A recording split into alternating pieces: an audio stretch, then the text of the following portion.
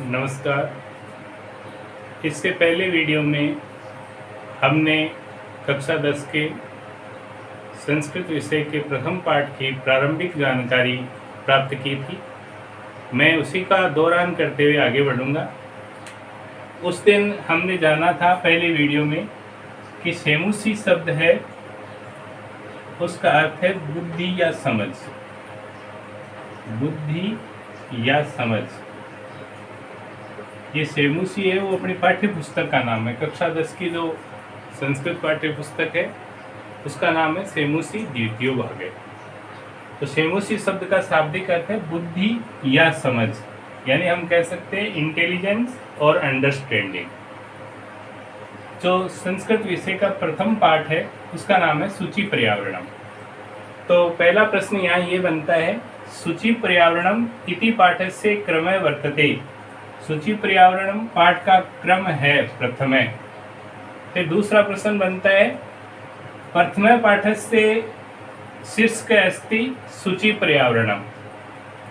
तीसरा प्रश्न बनता है, सूचि पर्यावरणम इति पाठस्य रचनाकारक है या रचयिता है, तो उत्तर होगा हरिदत्त शर्मा।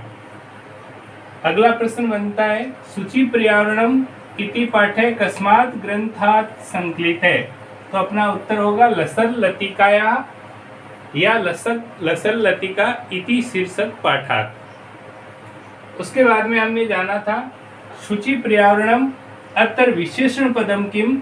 तो मैंने आपको बताया था कि सूचि पर्यावरणम में सूचि शब्द है वो विशेषण पद है और जो पर्यावरण पद है वो विशेष्य पद है।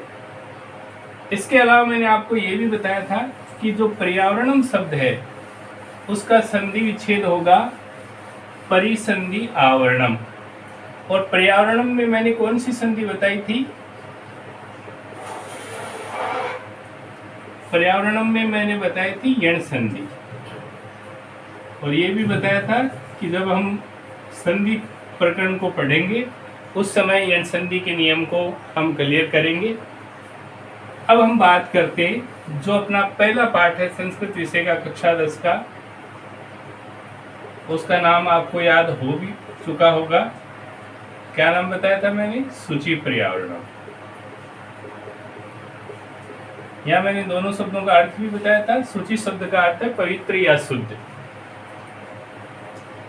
अब उसकी जो प्रथम पंक्ति है सूचि पर्यावरणम, जो ये पाठ है, तो उसकी शुरुआत है वो इस पद्य से होती है, दुर्वम अत्र जीवितम जातम।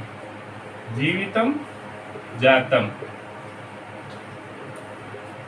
प्रकृतिरेव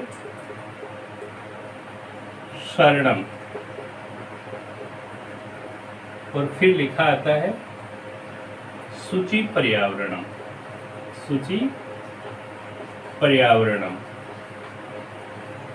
यहाँ हम सबसे पहले इस पंक्ति का हिंदी अनुवाद पढ़ेंगे। देखो, दुर्वम अत्तर, यहाँ दो शब्द हैं। एक शब्द है दुर्वम जिसका अर्थ है कठिनम, और दूसरा जो शब्द है इसमें वो है अत्र। तो अत्र का अर्थ है यहाँ और दुर्वम का अर्थ है कठिन। जीवितम का अर्थ है जीवन और जातम का अर्थ है हो गया। यहाँ जो जातम शब्द है उसमें जन धातु है और कत प्रत्यय। नपुंसक लिंग का ये रूप है, जाते जाता जातम। जातम है वो जन धातु कत प्रत्यय का उदाहरण है नपुंसक लिंग में। प्रकृति रेव जो शब्द है उसका संधि विच्छेद होगा प्रकृति ही संधि एव। विसर्ग के स्थान पर रह होने से यहाँ रुत्व संधि है। कौन सी संधि है? प्रकृति रेव में रुत्व संधि, जो कक्षा 10 के कोर्स में भी है। इसलिए प्रकृति रेव शब्द का संधि विच्छेद सभी छात्र छात्राओं को याद होना चाहिए। प्रकृति रेव का संधि विच्छेद क्या होगा? प्रकृति ही संधि एव रुत्व संधि है। अब देखिए इस पंक्ति का अनुवाद क्या होगा।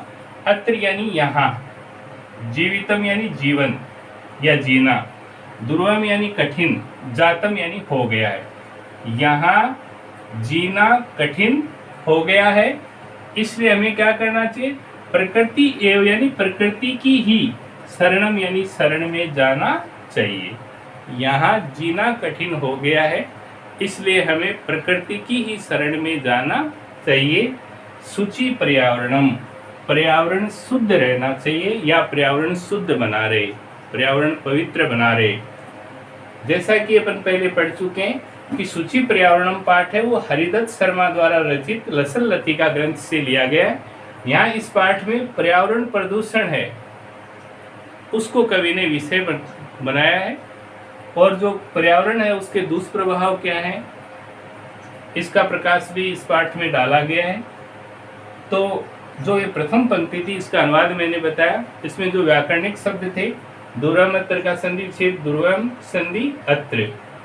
जीवितम जो शब्द है जीव धातु और कत प्रत्यय का उदाहरण है। जीवितम का अर्थ है जीवन या जीना। जातम में जन धातु और कत प्रत्यय है। प्रकृति रेव का संधि छेद होगा, प्रकृति संधि है इसमें रुक्त संधि है। शुचि पर्यावरण के बारे में मैं पहले बता चुका हूँ। शुचि शब्द का अर्थ है शुद्ध या पवित्र। पर्यावरण में परिसंधि, आवरण में यन संधि है। ये विशेषण पद है, ये विशेष्य पद है। तो ये सबको ध्यान होना चाहिए। धन्यवाद।